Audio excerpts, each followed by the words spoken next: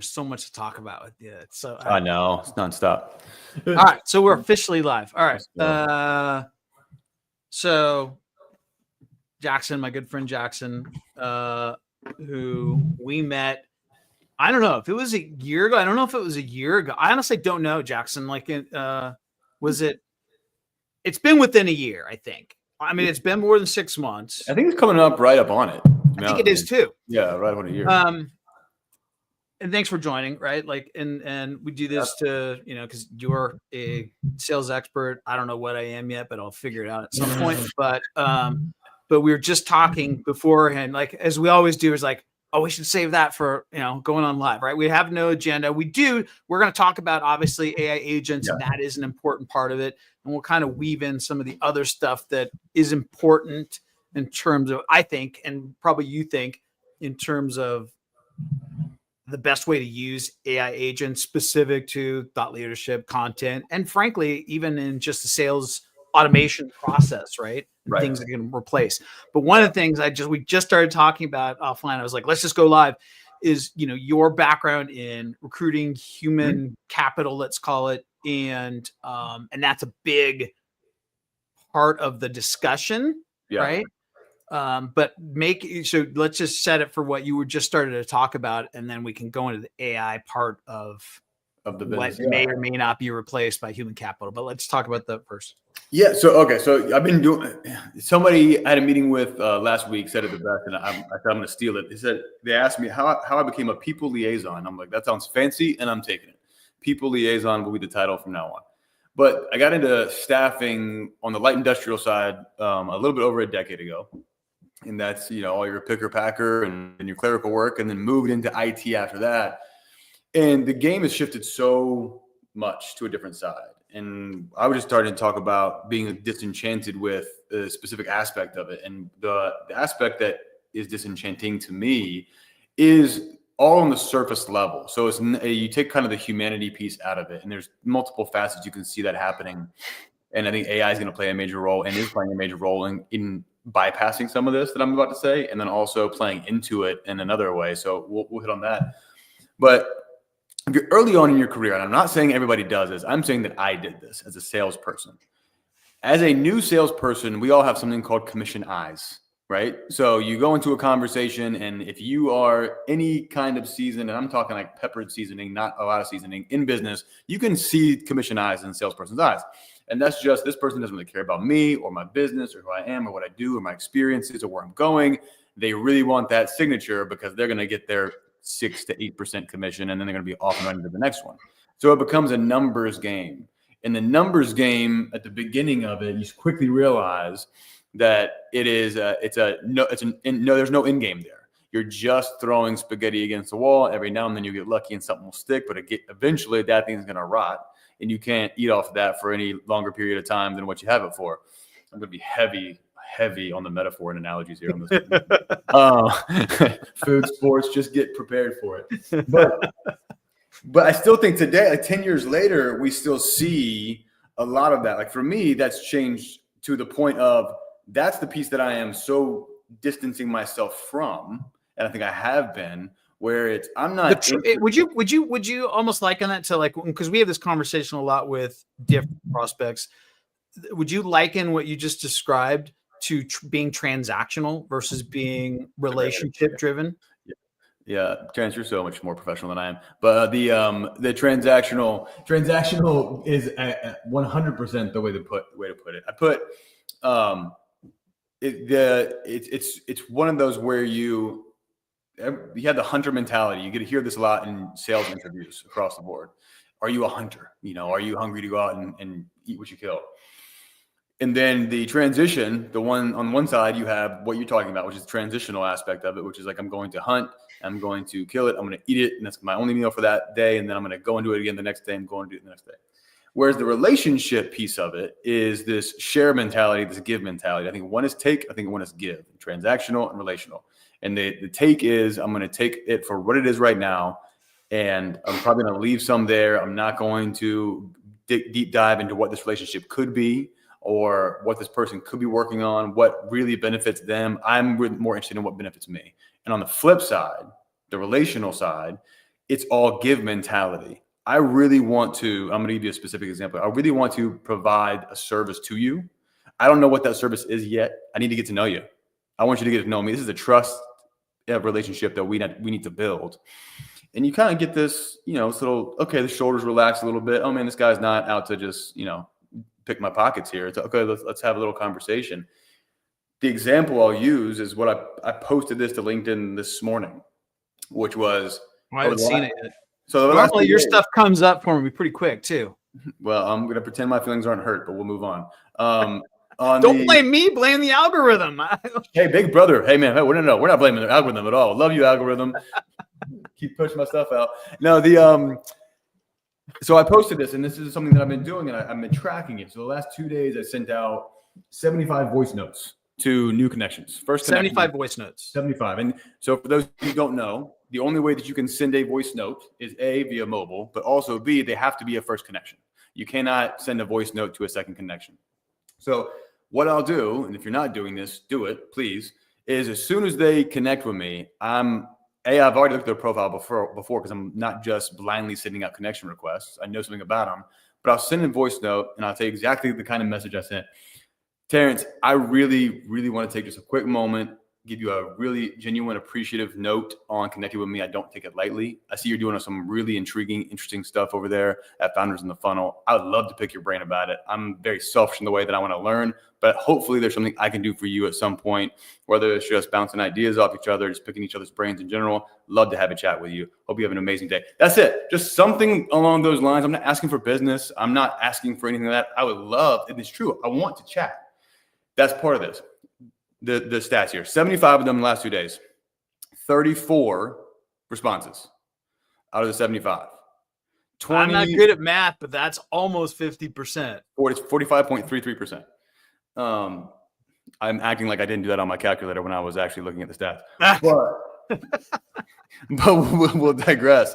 But of those 34 that opened it, 20, and I can't remember the exact number I posted it, but it's in my notes, 20 something of those were actually returned voice notes. And the reason I put this out there is because every time that I get a voice note back, it's always one of two things. It's a chuckle, like, hey man, I didn't know you could do this. Like, I didn't even know you could do a voice note. This is great. Or it's, hey, I really appreciate you taking the time to send me a voice note. It's nice to hear somebody's voice. Both of those things accomplish the same thing for me. And it's when we have a follow-up chat, and when we talk about whatever I referenced in there, because I do reference something in that voice note, when we have a face-to-face like we're doing, that awkward introduction piece is gone. That's already there. We're already a little invested. This is a long-winded, and if you and I have if anybody's listened to Terrence and me talk, you understand that I'm a very long-winded person anyway.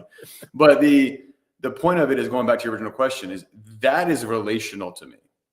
And the equivalent on a transactional side, to put it in these LinkedIn terms, would be blindly just hitting connect. And then once they do, great, they're on my connections list. Hopefully when somebody looks at how many connections I have, it doesn't do anything. So the transactional piece of it is so by the wayside on the staffing side for me. It's all relational. It has to be relational. Here's my question. Let me go on a soapbox for a second. Like we talked, because all of our prospects and clients are like, let's call it B2B consulting and professional services. And for the main part, it's specific to IT, but we're getting a lot more in like financial advising and M&A, our consulting, oddly enough, which I want to talk to you about after this. And then professional services, to where the first question now we're asking is like, hey, has lead generation worked for you, right? In your business, right? And if they're like, no, or yeah, either way, we're like, okay, well, tell me about it, right? And it always comes back to that they're typically in a relationship-driven business model, right? Mm-hmm. And there are transactional businesses. There are transactional businesses. Hey, I need a mortgage tomorrow. Do I care if it's, Joe down the street or whatever? Like, no, I want the best rate or whatever, right? So there are transactional business models, but our ICP, our ideal client, prospects are ones that are in relationship driven, right? And I think a large percentage of the people that are on LinkedIn would say the same thing about their own ICP, right? Yeah. And so and frankly, I think probably a large majority, even, the mortgage brokers sitting out there right now going to me, Terrence, my business is relational too. You just tried to make me a transactional business. It's not. And so that the funny part is everyone acknowledges that relationships is a huge component of their business model. And yet they will still try and do transactional things, transactional sales and marketing Legos from the bucket to do those things. And so you give something to where, hey, is that scalable? Probably not, but does it matter? Like if you send 75 out, right? 75 targeted, and that's what we've been doing for a lot of clients too, is we call it Dream 100, which essentially it's like you were 25 short, by the way. You should have put that work. Oh, dare I? But, you're like, hey, you know what? Like, who are the people that would be my ideal client prospects, right? And say, great, I'm going to use voice notes. It's so easy to cut through noise. That's the other complaint, right? We always hear it's like, oh, it's so hard to cut through the noise. Well, it is if you're blasting out 10,000 emails with the same BS offer, like copy hey, paste. It's all about me. Would you like to set up a meeting? Here's my calendar link. It's like, I don't even know you, So I guess my question is, why? This is a philosophical one, and I'll let you go off on it. Why, even though we all know, or most of us, the majority of us know and acknowledge that our business models are relationship driven, why do we try and shortcut things and go to transactional type of things to shortcut the process? I think there's a misconception on one end, and I think one of the easiest answers, and the one that people are going to get really defensive about, is that we're lazy. Is that you think that the shortest way is shortcutting, which is not the way to what we're looking for. If there's a dichotomy of existence. Of one side is the reality is the best businesses, the best clients, the best partnerships are all relational, and we understand that. At least we understand it at face value, and that's where we want to be that person that somebody goes to. You mentioned the mortgage thing, right? And it's so fun. I'm glad you boomerang back to say like, hey, mortgage guys are probably like, wait a minute, hold on a second. Because if I have a choice, and just to use like one mortgage brokerage as an example, and I know somebody on a personal level, like they've reached out to me, they check in with me every now and then, every quarter, they send me a Christmas card, whatever it may be, versus nobody else doing that, I'm going to that person. Like I'm going to have a conversation with that person. The hope in the ideal, and this is going to sound so counterintuitive to all salespeople, I apologize, but is that if they have a bad rate, and they know where to get a better rate, and we have a good relationship, they're going to do the best that they can to get me that rate match, if they can, if there's any kind of thing to go there. But if not, they're at least going to give me the market knowledge to make my own decision. And that's very counterintuitive to what salespeople in general, a lot of times, at least in my experience, I don't want to put this on everybody, are taught early on. It's like, no, you got to close. ABC, baby, ABC, always be closing, push it, ram it down their throats, make sure. No, like that may be fine for today, but that person today is not going to be the person that's benefiting tomorrow, and so on and so forth. So why do we shortcut things? First answer is that I think we're lazy. We want the shortest, quickest success. We live in a world of immediate gratification. So how do we get that? And it looks surface level like that's going to be the answer. I mentioned this in that same post. Zero of those relationships that I'm building with the contacts that were just made, I'm more excited to see where they head month, 3 months, a year down the road. That's going to be more beneficial, more productive to me than a 5-minute quick close where I see the dollar on the bottom line today. Because I know that the value in the long run, the ROI on that in the long run, is not going to be a single opportunity. It's going to be a multi-leveled opportunity based on the fact that we built a trust up. And my goal, and I think this is where the answer to your question is too, is the shortcuts. People are looking for a single answer, the single spot, single way. The relational aspect, it provides opportunities that you might not even be aware of in the moment, but you're building a trust, you're building a catapult that's going to take you in different areas where, you might not see it this week. And that's tough. That's really tough pill for people to swallow, especially if they, have their metrics and they're trying to meet their KPIs and they got a bottom line, man, I need it. But that relationship that I built that went cold, that we send a card to and check in with on a quarterly basis, I talk trash about a football team, and I can't talk trash, I'm a Jets fan, but I talk trash about a football team and comes back to me, all of a sudden they have an opportunity in a project that opens up, I'm the guy. It's this relationship, it's long-term thinking. I've talked about this in every single meeting that I've had from a coaching standpoint. There are two things that are always present, or always should be present, when you're prospecting, when you're going into a meeting, when you're building that meeting up. And you've got to be very careful with the first one. And the first one is immediate impact, because your immediate impact is going to be your first impression. And that's going to be either this guy just wants my money, this guy just wants it now, this person just wants me to close quickly, or it's going to be there's a vested interest here to understand my need. There's a vested interest here to give. There's a vested interest here to be having this conversation a year down the road, not just tomorrow. There's not really any in between there on your immediate impact. The other thing is long-term ROI. What is your long-term ROI? I can tell you one thing for absolute certain is if your immediate impact impression is the first one, the just in it for right now, you are not going to have the option for a long-term ROI. In the second one, you're going to have a myriad of options for a long-term ROI. The best way, and I promise metaphors and visuals and everything, right? This is the best way to look at it. I had this conversation yesterday, and it's my favorite one so far, is everybody's been in this position. You're on the highway. There's no exit for miles and miles and miles. There's no food exits. There's no gas exits. There's no hotel exits. You're just on that road. You don't have an option. You're just on that road, okay? My job in my role as a sales professional, but also as a talent agent, as somebody who's looking to bring out somebody's future and somebody's opportunities, my job is to put you on a highway that has an exit every mile that gives you options for a place to stay, what you want to eat, no matter what you're craving, a gas station to refill. If you drive a Tesla, an electric plug-in to plug in, you have options. That's my goal here. And I think if you're really in the giving perspective, then you are doing exactly that. And if you're in the taking perspective, the shortcut perspective, your only aim is to be the only exit in town and take as much as you can when that person comes off the on-ramp.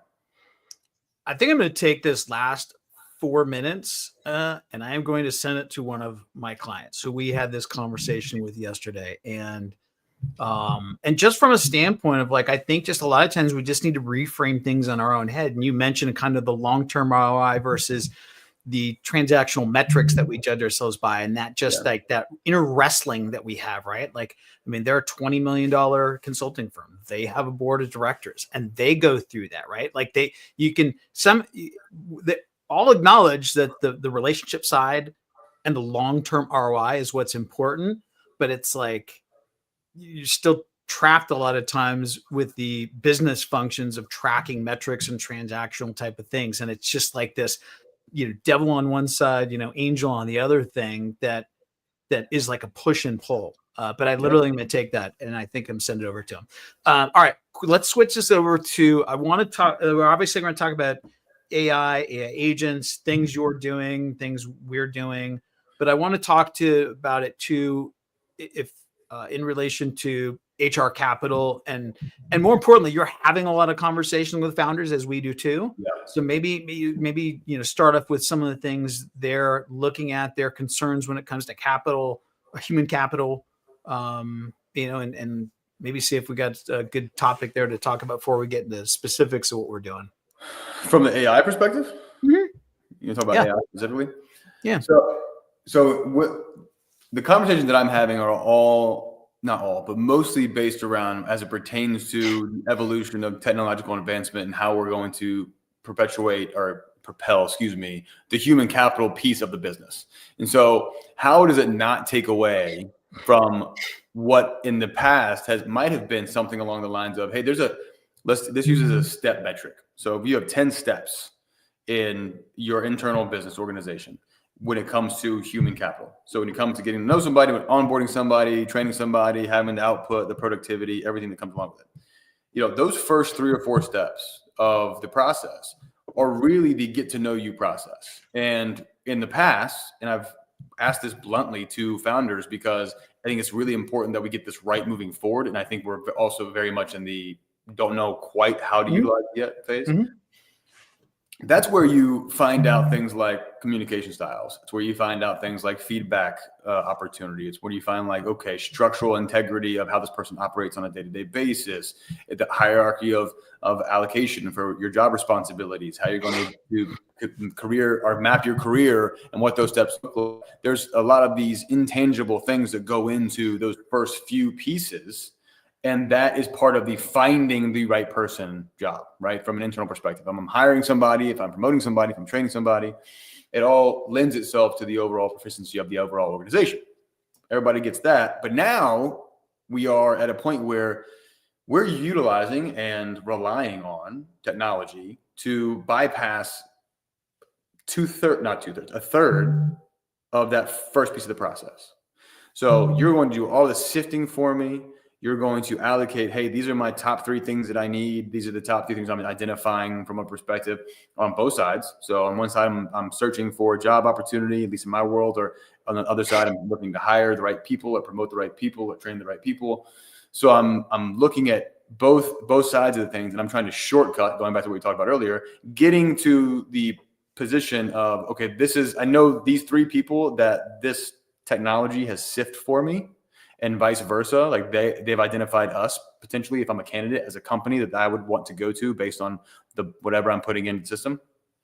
That matchup is meant to shorten that time frame. It's meant to expedite the time frame. I think where we're seeing some of it working really well is tech skill base, and where we're not quite ready to say that it's working quite well is more soft skill based, for obvious reasons. I'd like to get your take on that too. But I'm seeing a lot of success. I'm having conversations with technology companies that are having a lot of success where, man, we're getting some bangers, some pros, some people that their skill sets are out of this world when it comes to their technological skills.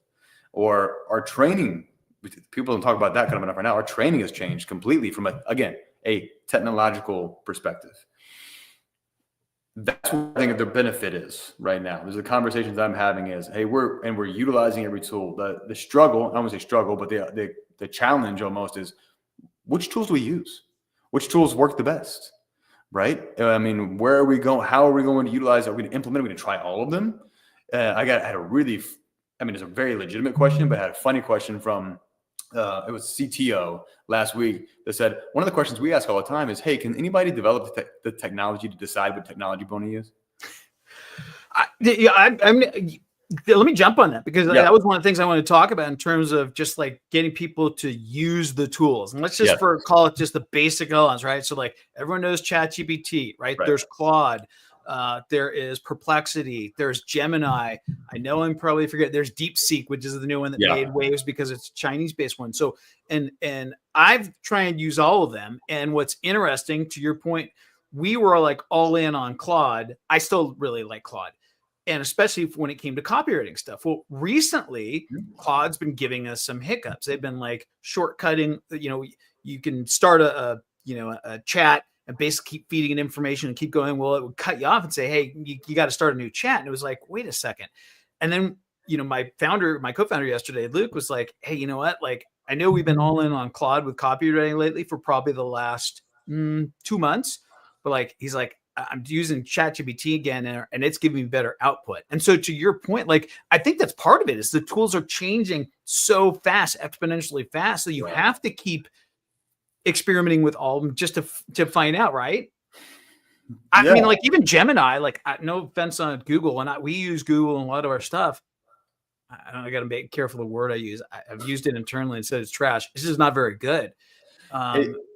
It's also, we got to think like these companies are also competing with each other. They're in a race. So while we are 100%. On this side of the business in a race to understand which ones work best for us, they're also racing against each other to figure out how to operate the best, how to be the best option and be the option. We are going to get, and we already kind of have, a cornucopia of options to choose from, right? So which one works best for your company is going to depend on the people within the company. And I love that just came back around to the people aspect. It goes back to preference. It goes back to what works best for me. What am I identifying? What kind of format works best? How am I? Because at the end of the day, no matter the tool, no matter how much it shortens the process, no matter how much easier it makes certain different aspects of your job or the operating capacity of your job, it still comes back to the people at the end of it, right? It still comes back to the person at the end of it. And you can do this throughout history, right? And we won't go down that road because I love history and we could be here for days. But but you can look at it. You can look at the different evolutions of pretty much anything across the board. When they first start continuing to evolve and becoming accessible and becoming an option, it's so much trial and error. I 100% agree. It's and we hear a lot about using the human capital for prompt engineers, right? And like, that's really I think the biggest part of it. Like, even like this week, I'll give you one example. So I was building out a ClickFunnels funnel, and basically I used Claude. I actually used a couple of the LMs. I used Claude and I used Perplexity to try and prompt. And the way I've been using it is like, hey, here's what I'm trying to do. I'm going to try and, build a VSL for this, for this ICP. And here are the kind of pain points I have right now.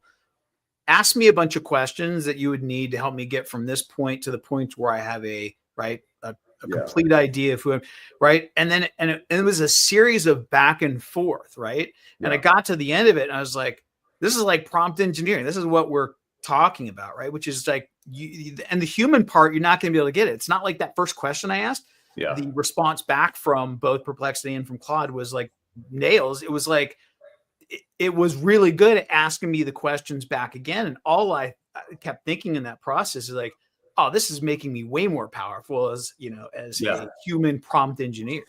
I love that aspect of it, because that's one thing that I really am enjoying, not just from a personal basis, but also when we talk to candidates and talk to interviewers and talk to founders that are interviewing other people or prepping for a meeting or prepping for a technological review, you can utilize these tools to prep. And the other thing that I like, and I think you mentioned a little bit, the specific of, I can give you an answer. Say you're the AI tool. I can give you an answer, and then you can respond back to it. And then I can say, ask it a different way, or say, let me give you a different answer, or poke holes in this. Like, what am I missing? Like little things, and you're going to get an influx of information. Now, this is going back to, I think this got brought up, and I'm going to do a huge throwback because we are up at about a year here, but we had this conversation, and I think this was one of our first ones, and it was the tool belt conversation. Adding tools to your tool belt. Yeah. When you're doing this the right way, this is just going to add tools to your tool belt. You still have to actually put the work in, but you're better equipped. You can do things that you may not have been able to do before. So where I might have had to be like, hey, oh man, I got to call my buddies, or you know what, Terrence knows a lot about this. Let me call up Terrence, see if he's availability. Oh, Terrence is running a company. He doesn't have time to just pick up the phone randomly for me today. How dare he? So, but now I have a phone and I've got this tool where I'm going to practice. I'm going to record it. I'm going to look back at it. I'm going to prep for it. This is a great transition into a big topic for what I'm seeing in specifically mid-market companies. Ooh, let's hear it. That are looking to grow their internal teams. They're looking to grow their overall process from the training perspective, like the continued training, not onboarding, but we're talking about continued training down the road as these things come to be. And this, I mean, we talking across the organization or specific to sales and marketing? We're talking across the org. Across the org. Okay. Across the organization. Okay. And specifically with this tool that we're talking about, with this practice tool.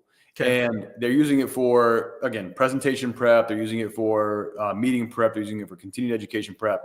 And then when they do record it and they go back to it and they utilize it. So say you had to before this, I'm not going to say this specific company, but there's a regional company where I'm at in North Carolina, mid-market company, and they had a set time each month for continued education in 4 different departments, staggered across the organization.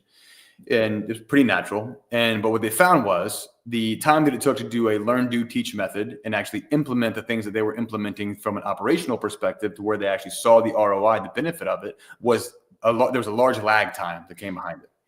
So with these tools, what they're doing now is they have a 1-day set time where they still stagger throughout, but they utilize the tool the same way we're talking about, but they have preemptive prompts. So all the managers are putting the prompts in there for them. So the prompts are there. And then the people that they're training are going through, and they have the prompts to go off of for the continued education, for the practice. Those prompts get sent to the manager, And so it's not like they have to take time out of their day. And so they when they're doing the training and the ongoing education of it, they have the real-time prompts as if you and I were talking face to face, and they can look at it, and it is expedited their process overall to where now they don't have to do it every month. They do it once a quarter. And the implementation piece of it is huge because, and I have my own thoughts about this particular piece, but the AI note takers, right? The ones that you can't kick off at every meeting, including my own. I have like 8 of them. Those ones. So there's no in between on the love or the love-hate status of those. I do love them, by the way, just for the data that it kicks back. But we can talk about that. But that's 100. I mean, yeah, we'll talk about that in a second. But they're utilizing it in a really positive way. What I'm saying is because those AI note takers are literally, and if you haven't used these, some of the information it can spit back out based on like the hot topics that people are going over. 100%. We have one that feeds. So that's what I was going to say. No, I don't want to interrupt real quick, but we have one just on our sales team. So we both have it for our SDR and our closers. Yeah. Not really closers. They're, but like to where it feeds back into our own LLM. It's a custom one that's built off of, I think it's built either off ChatGPT or Claude, but that feeds it back in there. So that feedback loop comes back to us, the non-sales guys, right? Because your sales guys are your tip of your spear. So it's feeding back to us the common threads that all of a sudden are coming through in these conversations, whether it be FAQ, whether it be objections, whether it be whatever. And it is incredible. So to your point, keep going. But the note takers are, even though I joke about them being a pain in the butt, ending up in every meeting, they're unbelievable, the data that you can get. No, that's not an interruption. That's an addition right there. Because that's what I was about to say. With these companies specifically is they're utilizing it exactly in that capacity. The amount of information they get off of these calls, but if we want to reference what I was just talking about specifically as regards to what is getting transferred from training into operational, they kick all that information back. And so they know what's sticking and what's not, but more importantly, they know what's working and what's not. So they're not spending all of this superfluous time going over something that's not working. They're finding very quickly, oh, this is resonating. And my favorite part, and this is the part that I actually really, really like, because I'm with you. The information that I get back from those things is so valuable on the continuation of what we're trying to accomplish. But my favorite part about it is you see what's working from almost like a numerical value, right? You see like, okay, this point, this is resonating really well. But you also see the context that is being discussed, right? By the person. So Terrence is talking about it in a completely different way than I'm talking about it. They're both resonating, and they're resonating for different reasons because you can see the responses on the kickback. So you get this, again, we're talking about expediting. This is the opposite of what I would argue what we talked about earlier, where we're talking about trying to make shortcuts. I don't think this is trying to make the shortcut. I think this is compounding the invested interest in building. I think it's an expedited and more accurate feedback loop is what it is, right? Because that's one of the biggest things we all complain about. The larger the organizations get, the harder it is for communications, even just in the sales and marketing aspects, right? Yeah. Like, sales is like they're completely disconnected. Marketing's basically doing this branding stuff that's not helping us drive the top of the funnel, and blah, blah, blah. And marketing's like, well, we're not really sure what sales is hearing on the street, right? Type of thing. And just to be able to connect the connective tissue, as you like to say, right, of that feedback loop, it cuts out the communication gaps that seem to exist as companies get larger and larger. That's the best way to put it. The communication gaps. That's 100% what. And when you're using it the right way, you're completely bridging those gaps. To your point, which is huge. I want to talk about you want to keep going. Go for it. And I want to bring up. That has been a common thread, and it's AI credibility from a communication perspective. And I'll give you a couple of different examples. And from my personal experience, most of my what do you mean by AI credibility? I'm about to tell you. So most of my business prospecting, my relationship building happens on LinkedIn. The vast majority of it does. Yeah. And when I say that for prospecting pieces, because once we have a chat, then a lot of it's happening on these kind of meetings and calls and texts. But one thing that completely grinds my gears, and if anybody gets that reference, you're welcome, is when you can very easily tell when somebody is using AI for outreach all the time. So easy. You can, I mean, it talk about commission eyes, right? That's the equivalent. You can see when somebody is using that every single time. And I don't know why people aren't catching on quite yet of not doing that. But when I say AI credibility, I mean, there's two ways to go about this. You can use AI to gain credibility, which is what you and I were just talking about. I'm going to ask some questions. I'm going to quick answer. I'm going to do what would have taken me 10 minutes to do some research. It's going to take me 10 seconds to do that research now because I can ask the question. It's going to pop it back out to me. That is utilizing the credibility piece, gaining credibility via AI. That's AI credibility on the positive side. The negative side is what we're talking about, the shortcut piece of it for, I want to say for copy but for genuine outreach copy. And so when I say that, a lot of what I do is I'll record videos and then I will have it described for me, right? Everything that I talked about. And then I'll go through it and I'll look at it and I'll retype it for the way that I want it to look, but it's based off of the video that I made and I want them to go hand in hand. But if you're using AI to construct all of your messages and you're posting verbatim when it pops out and you're posting research claiming it as your own, if you're doing things like this, you lose all credibility. And then what's happening now, specifically in conversations, which is a nice little chuckle every now and then, is like hiring managers like, we know what's going on. Like people think that they're doing this on a regular basis and we're not going to catch it. We know what's happening. Companies know what's happening. Your outreach isn't unique. I think I saw you do this one time, but I've responded back to some of these bot AI generated stuff on LinkedIn and just in a comedic way because it's ridiculous. So that's what I meant by credibility. And let's stand this because, again, one of the AI tools that we have built internally and that we are now, that's what I was going to tell you about too, that we are now going out to, different marketing agencies that have had this issue with a lead generation and the problem with, clients saying the leads are bad or blah, blah, blah. And it's like, no, man, your clients just don't have trust and authority out in the marketplace because they're not putting out content. They're not putting out that leadership. And so we had given it to a couple of our friends that are in the business in our agency world. And they're like, this is great. Right. But I'm going to tie this back to what you said, right? Like, so it's us. So the video content that we're doing here today, that we do as founders once a week, that we do on impromptu stuff. We take that, get them cut up into video shorts. All you have to do is go and look at my profile. I post every day. And the written part of that is our internal AI agent that we built. It's not like Claude or something like that. It's a custom agent that we have built specific for that. What it does, and it's fantastic because we've used it now for 4 months, and it feeds our video shorts into it, and it basically will kick out so if you look at any of my posts, all of that written post is done by the AI, our internal AI agent that's taken it and from my voice from video and done and captured that. And it is really, really good to where like I go through and look at them. I will review them all and go, yep, that's pretty much, that captures exactly what I was trying to do. Yeah. That is different. And that is because it's in my voice, it's video, and it's capturing the essence of what I'm saying in that video clip, and then creating a written content from it.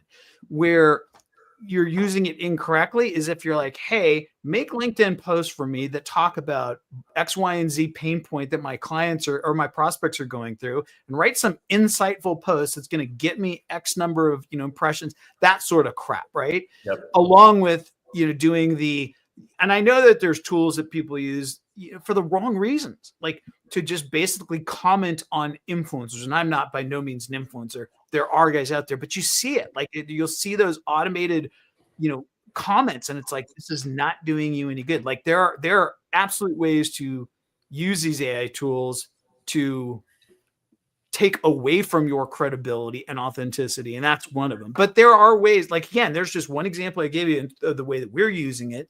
It helps me get my authentic message out to the market to help build trust, authenticity, and to keep top of mind with everybody. But it's in my voice. Like I don't write a single word, and I'm a copywriter. Like I love writing copy. I write all of our copy for our websites, emails, etc. Yeah. I've read those and I'm like, you know what? These are so good that I don't need to, as long as it captures essence of what I'm trying to convey in that video short, then I'm good with it. But I think that's the best way to do it. I mean, that's using it in the right way, but you said it multiple times, and I think it's really important people hear that. It has to be it has to have the same intent. The same intention has to come through from the copy. And the great thing is what you just said, you can review it, right? You can review it. So the difference between having something in your voice, having it transcribed, posting it alongside, it's compounding what you're doing from the video perspective. To your point, I know at this point, legitimately, I know when I'm getting a Terrence Brantley video. Like during my week, I know when something's popping up. I know when the day's I know when it's going. Like I'm ready for it. It pops up on my home feed. And by the way, that's all authentic Terrence Brantley. There's no that. AI. I know that's right too. You spend two seconds with you know that's right. But on the flip side of it, the one thing that I want to mention, because I want to give people a little cheat code here. If you can't, for some reason, if there is an emoji at the beginning of a sentence and at the end of the sentence, followed by another emoji and another emoji and another emoji, that's AI. It's either AI or it's a 12-year-old. It's one of the two things. So that is not going to help your credibility by any stretch of the imagination. I want to talk about that in a different and stay on the topic for 1 second longer, because you and I both love LinkedIn, right? Yeah. We love. I mean, that's where our prospects are. That's where most of our clients and prospects are. Yeah. And just to hammer that home, if you don't think your prospects are on LinkedIn, you're wrong. They are. Real quick, I'm not to get off track. My brother just retired from LAPD as lieutenant. Shout out to Tim.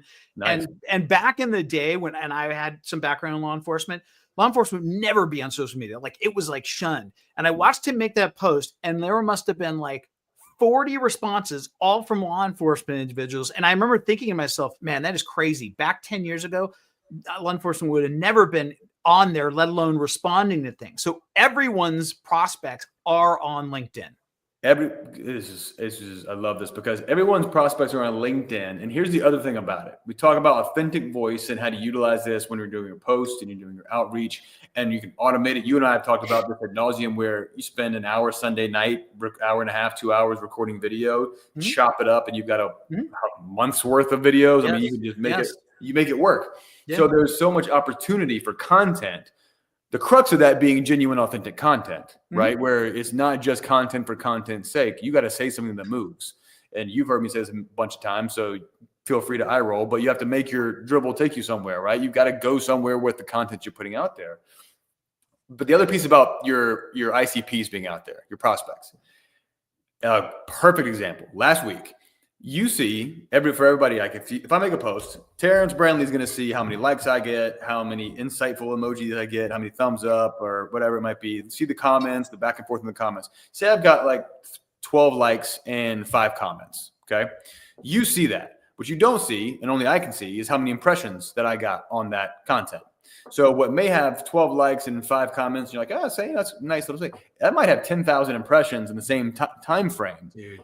That people don't realize is happening. And a great example is I got a call from someone I had not spoken with in probably 3 years, at least 3 years.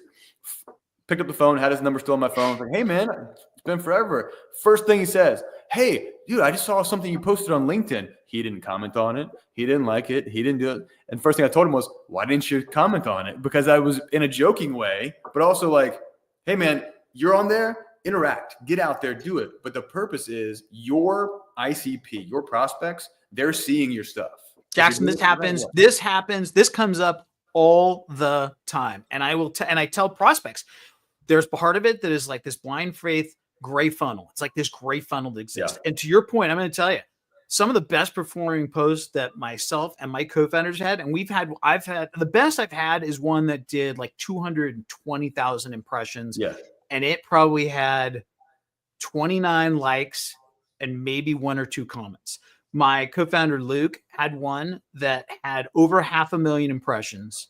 And we're talking over the course of like a few weeks. Yeah. Same thing. Had like maybe 3 or 4 comments, and less than for a 500,000 impression post, I think it had less than 50. I want to say like 30. Yeah. And the point is that doesn't matter. Like those are vanity metrics. But what we hear time and time again is prospect coming out to meetings, clients, existing clients coming saying the same thing. Hey, I've been seeing your stuff, right? Like, and as you know, right? Like, hey, help a brother out. Like, I didn't see you like on it, Ollie. I did not see you comment on it, Ollie, right? Like, help me out.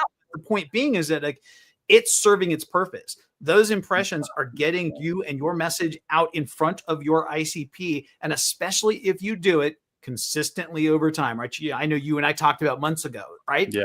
It's showing up. It's stacking days, it's stacking moments, it's stacking content, but there's little tricks of the trade, and everybody wants to know tricks of the trade. And I get that, and you should research them, you should understand them. If you have a really high performing post, everybody put it in your featured section. Put it down there, point to it, celebrate it. You got to interact with people. You can't just sit there. We talked about the ghosting them, or the posting of ghosting. You've got to interact with people, like, comment. Don't comment for comment's sake. We talk about AI. Make actual valuable additional comments to something. Question things. Disagree. My favorite are disagreeing comments. I love to get a conversation going that way. That, believe it or not, there are people out there. Dude, I'm going to do it on one of your posts. I'm going to disagree with one. Dude, please, because that's the thing is that we should be able to do that. And that's I agree. I do think one of the things, by the way, on LinkedIn, the people are very reticent to do that versus like you go on X and guys everywhere. You see, like spears flying everywhere. On LinkedIn, everyone's still pretty a little bit reserved and kind of like professional. Like they're sitting in a meeting like, I'd love to tell this guy to go pound sand and that is a worst freaking idea. But I'm going to be like, great job, Bob. Right. It's so true. It's the buttoned up version of social media. Totally. But it is one of those things where going back to, we talk about the impressions thing and talking about the people that we don't realize that we're reaching. And we talked about this before we got on this call. And here's, for all the benefits of AI, here's where AI can't touch and won't touch and will never be able to touch in my book, is the vulnerability and authenticity and transparency that you can, if you choose to, provide. And you can provide it in different manners. And I'm not talking about like, oh man, Jackson, that sounds like a ton of work. I need to get to know somebody, get to know their likes, their dislikes, take them out to dinner. No, I'm not talking about that. I'm just talking about if I'm going to post something out there that I might have been hesitant in the past to post. And the perfect example is just a broad stroke. Hey, this is what I'm struggling with right now. I'm struggling with this. It can be business specific. I'm running into a wall, because everybody likes to post and rushes to post the big win. Everybody. Woo, pump me up, man. You see that dunk? I'm saying that because I can never dunk. But you see him saying, like, those are the things, except for the Fisher Price one for my 3-year-old. But those are the things everybody sees all the time. Right. But what I found is, and it speaks to my soul more than anything too, is when somebody's like, hey, these are the struggles that come along with it. It's somebody raising their hand and saying, hey, I'm doing something that I'm having trouble with. And inevitably, every single time, there are hands that go up and say, hey, man, me too. I didn't realize that. I thought I was the only one going through it. And then there becomes a genuine dialogue. So when you see me posting on LinkedIn on my soapbox that continues to get bigger and taller about the genuine, authentic communication and interaction with people, it's for those reasons, because you're going to have business opportunity. You're going to have the human capital gains on that perspective much more down the road and immediately than you would if you're just interested in celebrating the wins and getting the AI bot kind of interaction on a regular basis. I can't tell you, I don't know, you probably have, because I get the same thing. Do you, the bot recruiter stuff that gets outreach to you all the time? Like, I don't, because I've been out of the market for so long. They don't even bother with me.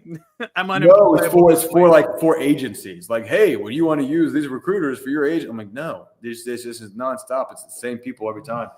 But it's the thing that I love most about this, about the LinkedIn thing, is I do think that if we're using AI in the right capacity, like if we start utilizing it in the way that you and I are talking about on a regular basis, and utilize it in the strategic way that you use it and I use it right now, of like, hey, this can shortcut my genuine content output. Like I can compound it and make it easier. Instead of recording something every day for a month, I record once a day, like for one day, and then I get it out there. And it's in your voice, and you can disseminate that information that way, knowing it's reaching your ICP and knowing those conversations are going to happen. The benefit is boundless.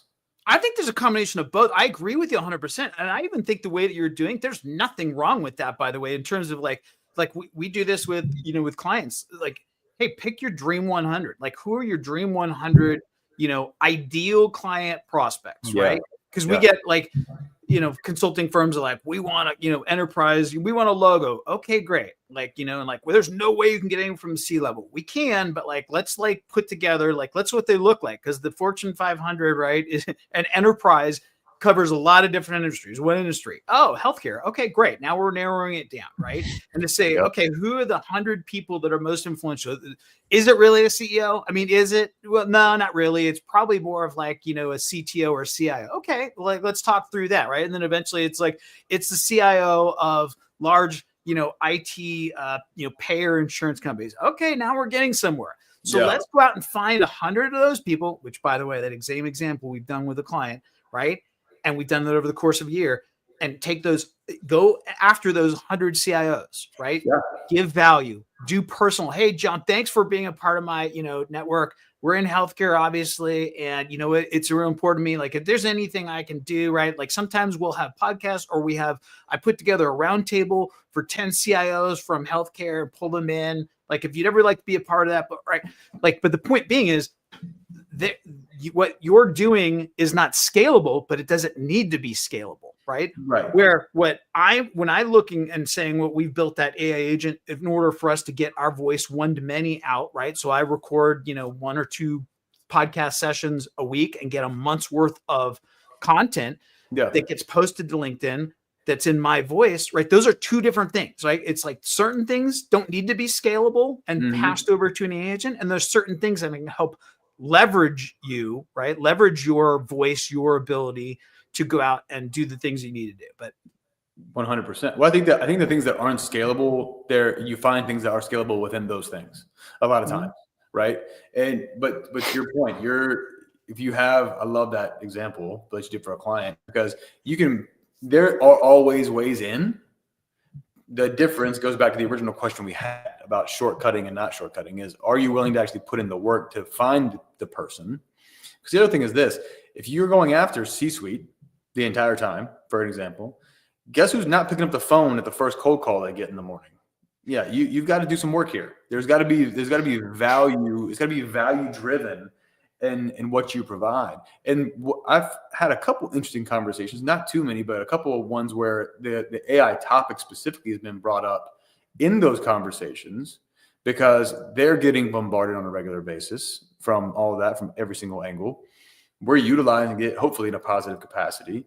And there's a back and forth of like, listen, how is this benefiting your company? How do you think it could benefit our company? Which I think is funny, because I'm not an AI expert. I don't know everything about AI by any means, right? But I know how it works for me. And I think that can translate for different people if you can have the conversation about it the right way. Like if you learn how to communicate. I said this morning, and I made sure to remember it because I loved the topic of this.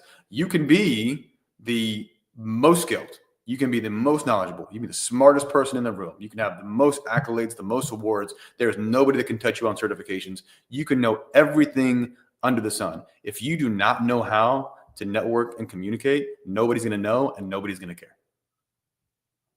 So how are we utilizing the tools around us to get that information out there?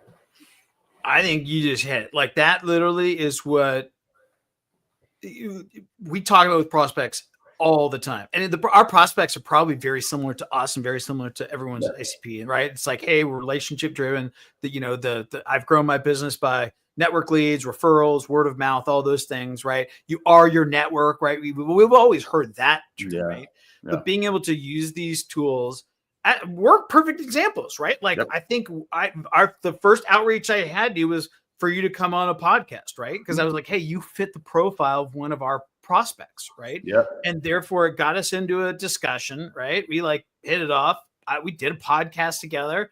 Since then, you've upgraded your background, yourself, you've upgraded everything, and I'm taking zero credit for it. But like, it's so cool. Like we've developed this great relationship, right? You've never given me a single dollar. I've never given you a single dollar. Nope. It doesn't matter, right? But at the end of the day, there are tools that will allow each of us all of us in business to build and expand our networks that give us more leverage and capability to establish these relationships like you and I have, living opposite ends of the country, never having met in person, which, by the way, may change this summer. We're coming out to North Carolina, out to the lake. So I want to talk to you about that. Damn right. Let's do that. But like, you know, like that the human to human relationship side will never go away. And there are these tools and this opportunity that is available for everyone to leverage to do this at scale if they want to. But they need to do it correctly. Need to do it correctly. Yeah, I mean, first of all, we're definitely going to talk about the lake, because you come out to North Carolina, there's no way that we're not. I know. I thought about that earlier when you reminded everybody. Yeah, I know. But the other thing that about this that I think is so valuable, to your point, you and I have had, I don't know how many interactions at this point, and just like for this for example, I literally woke up that morning and was like, man, I need to get on a live with Terrence, and texted you like, let's do a live. And this is how that was like 2 weeks ago. You're like, you had like a hair in your butt. You're like, dude, we need to do a link for live. Okay, right. It's literally what happened. I woke up like, you know what? We need to do a live. And now it's happening. And so it's one of those things where I do think that value needs to be looked at differently. I think that people aren't valuing time value, effort value, exposure value to the degree that I think everybody should. It's all dollar value. And to your point, we haven't given each other $1. This is a relationship, friendship. This is something where we have built something where I really value your intake and your take on things from a business standpoint, from an AI standpoint. Every time we get on here, we laugh. We have something new to talk about. And there's so much value in that. Like, and my wheels are always turning. So I'm already thinking about stuff we talked about that I'm going to post about, that I'm going to talk about, that I'm going to bring up in conversation with people that will probably give me $1. You know what I mean? Like the things that will do it in that capacity. Yeah. But the value for this isn't just like, hey man, I know that if I text Terrence, he'll get back to me at some point, right? Like, and I mean that in a good way, right? Because everybody's busy, everybody's got a ton going on. But when you build authentically and you build some authentic relationships, like, you know, if you hit me up, I'm gonna hit you back. It may not be in the next hour or so, but I'm gonna hit you back. And then you build on that stuff, compounds on a regular basis, and it all leads back to what we talked about too. Of and people either love or hate this term, but personal brand. They either love it or they hate it. But guess what? You all have it. Everybody has it, whether you love it or hate it. I think it's just the personal brand that everyone's like, I'm not trying to be Kim Kardashian. I'm not trying to be, That's weird. I am trying to be Kim Kardashian. Let's not go down that rabbit hole. But like, everyone does have their personal brand, and all it means is like getting your true, authentic voice out there. Like, I'm not for everybody. You're not for everybody. Right. It doesn't matter. But ultimately, these types of tools allow us to reach a larger tribe of our people, whoever they may be. Right. Yep. I keep, when you were just talking through that, I keep coming back to what we talked about earlier in the very beginning of this. And that is that people will acknowledge, I'm talking about really smart people. Like I get to talk to really smart people, but it's easy because my bar is low because I'm down here and everyone else is up there. But like, I talk to really smart people and they're like this angel on one side, devil on one side of like, our business is relationship driven. That's how we've grown. That's what we do. And then they'll literally the next sentence talk about something transactional with regards to sales and marketing efforts, whatever. And it's like, what happened here? Like, why is this gap or this dichotomy of talking about two different sides? And I don't know if it's the combination of the technological tools that have allowed for people to try these different cheat tools, cheat codes, whatever, but you cannot cheat what it takes to build relationships, period. And the value becomes in like, here's the voice note thing. Yeah. Up until, I don't know how long ago, I want to say that's been a recent addition to LinkedIn, like probably within the last 2 years. Okay. Well, so before then there was no way, right? Everything is just kind of text or you get on a meeting, right? So technology allowed you to personalize your connect and message type of thing. So technological tools used correctly will allow us to facilitate introductions to what will be relationships and help us, like tools like this, to be able to allow us to make that relationship stronger. but it's like, it's that devil on one side and angel Yeah. on the other that we've got to really. I think that there's an understanding of, and companies to that point specifically struggle with the fact that they think one is a necessity for survival and one is a proven commodity. And what I mean is like that human connection, which is never going to go anywhere and it's never going to be replaced. If that's the proven commodity, that human connection is what made the wheel come to existence. You know what I mean? Like people worked on that stuff together, and that continued down the line.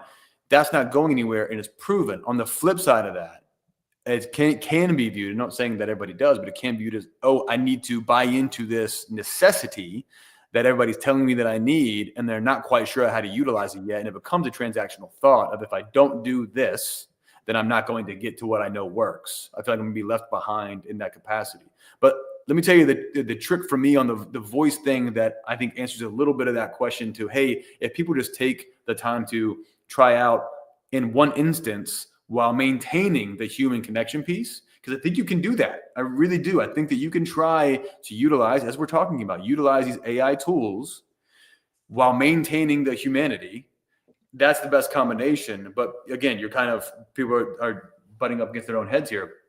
But the funniest reason that I send those voice notes out, and it's funny to me and it's funny to my wife and it's funny to people, because if you know me, you know that if this thing gets going, it's a million miles a minute. And sometimes it's like, dude, slow down. But the voice note cuts you off because it's only the voice note cuts me off in a minute, right? I've gotten so good. My average is right around 35 to 37 seconds right now of getting. That's pretty good. It's not bad. But I got the amount of times I saw that red light shine on me when I started doing this was pretty funny. But the other piece is I'm a self-admittedly hyper person. And like I get really enthusiastic about it. And when I make a new connection and I've done the research on it and they accept it, I get hyped up about it. I'm like, yes, let's build on this. And it comes through in my voice. So I've known that if this camera was completely shut off and you only heard my voice, you could hear the excitement and the feedback that I get on those voice notes. It's like the one that I got that was really funny was, I was like, hey, send me a voice note. Like, hey man, I got your voice note. It made me sit up in my chair. I was like, yeah, let's go. Let's have a conversation. You can build the human connection with these tools. And I know that's obviously not an AI tool, but with utilizing new tools, you said it's relatively new. It is. Mm-hmm. It's a good example of you can enhance the humanity piece of what you're doing. The goals, I think, I don't want to contradict myself here, but I think that if your goal is to utilize AI to enhance that piece of it, to enhance the getting to the humanity side, the human connection side, you are going to find a way to do it. You're going to do the right tryouts of what works and what doesn't. You're going to find what works and what doesn't, like transcribing your video, right? That's a great way of utilization. Mm-hmm. And if your goal is to be as transactional as possible and quickly as possible, then you are going to be trying to refill the cup with a hole in the bottom on a regular basis. I think I will take another step. I was thinking this, you were talking about it. I think if you try to use AI to here's I've had a number of people, because the video AI is getting much, much better, meaning in terms of to replicate you and me in a video to where you could feed it. And someone made the argument to you the other day, like, hey, like, would you try it? And I was like, my litmus test that I use is this my voice, right? And I'm not talking about, hey, yes, I'm going to type up the message that a Terrence AI bot says, right? Yeah. Like, that's still my voice in terms of the text message, but that's not authentic. That's not the way that Terrence would say it, because the way that Terrence writes something, the way that Terrence says something, and the way that he uses his hands sometimes, and like you say, gets energetic, that's not Terrence. And I don't think an AI bot's going to do that. So my answer is no, right? Like I said that to someone. And I frankly, 2 months ago, I was like, I can't wait to build an AI Terrence bot. Now we were going to use it internally for content sessions with prospects, but even then I was like, no, that's not going to facilitate the relationship that I have with the client. So I was like, not doing that. So I think anything that you look at, and see, here's another one, like we talked about earlier, is like that cheating of like, hey, you can have AI agent bots respond or comment to other, posts on LinkedIn, right? Well, that's not you. Like, so if you're trying to replace your direct you, I'd say stay away from it. it's just going to detract and take away from your personal brand and take away from what you're trying to do, which is build a relationship with one-to-many or one-to-one. Yeah. I'm going to add to that because I couldn't agree more specifically. If you do that, your personal brand is going to become that. And then you lose all credibility and all connectivity because now you're just the AI guy. In a bad way, you're a facade. The one way that I've seen, and I haven't done it to the degree that I want to yet. And I'll be honest with you, I can't even remember the specific tool.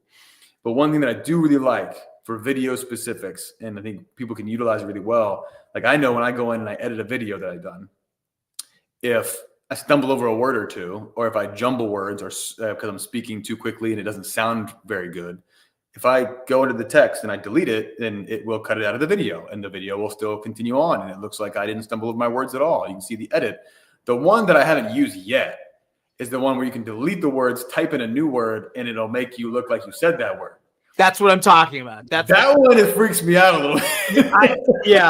That's what I'm talking about. Like anything that's going to, right? Because all of a sudden Jackson, like, and that's what makes us human, right? So it's like, if I do an which I know I do to fill, space. Yeah, filler, if some AI thing comes in and fills it so that makes, it's silent or turns like this, like, that's not me, right? So again, that's where I would probably draw the line. Is like anything that it's almost like a filter, right? Like almost like those filters you see on social media. It's like, is it really reflecting me? If it's really reflecting me and reflecting me, doesn't matter if it's good, bad, or the other. It's really reflecting me as the person, then I'm okay with it. If it's not, if it's a little bit of like tint and a little bit of makeup cover up, then I'm not okay with it because I'm totally good with the fact that like I want to come across as me and authentic and build trust rather than to be polished and to try and be something I'm not. Again, going back, it's the warts and all, right? Warts and all connects. We're all human. Why trying to be so? I got enough lighting going on around here. I don't need any more from a digital perspective, right? So it's so true, man. We're on the same page there, my friend. All right, man. I can't believe we're well over an hour. You and I I bet we could do like a marathon session sometime. Dude, we could do a Joe Rogan episode for sure. We could do 4 hours. Oh, easily. Easily. We could do 3 hours easily.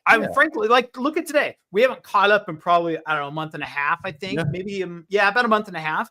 And we had no agenda, right? Like, we had nothing that we like, as you and I both like to do because we like to go free flow. But like, can you imagine if we set just like 10 bullet point topics that we want to cover? I bet we wouldn't even get through them and we could do 3 hours in our sleep. I was about to say we'd have to limit to like one bullet point an hour. Like I feel like one bullet point an hour would give us enough. We'd go off in the conversation, dude. But to the point we said at the very beginning, man, like that's what makes this thing work. And that's our cadence, by the way. About a month and a half. Yeah, isn't it? Yeah. That's about our cadence. You know what I'm going to do? I think we should do one. I think we're going to need to put some effort into it. Yep. We need to set it on the calendar. So I'll set it on the calendar for like a month and a half now. So it's like it'd be like April 1st, not April Fool's Day. We are going to do this, but and set it up.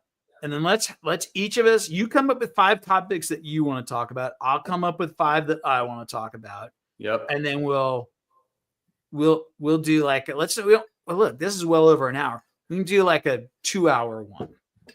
That's would be so easy. Yeah. That'll be like a mini marathon. It's like a half marathon. Do you think about how much content we'll be able to cut from it?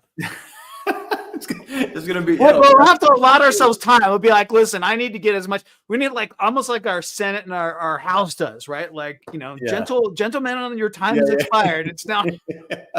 And you and I are standing there going, no, we're going to filibuster till the wheels fall off.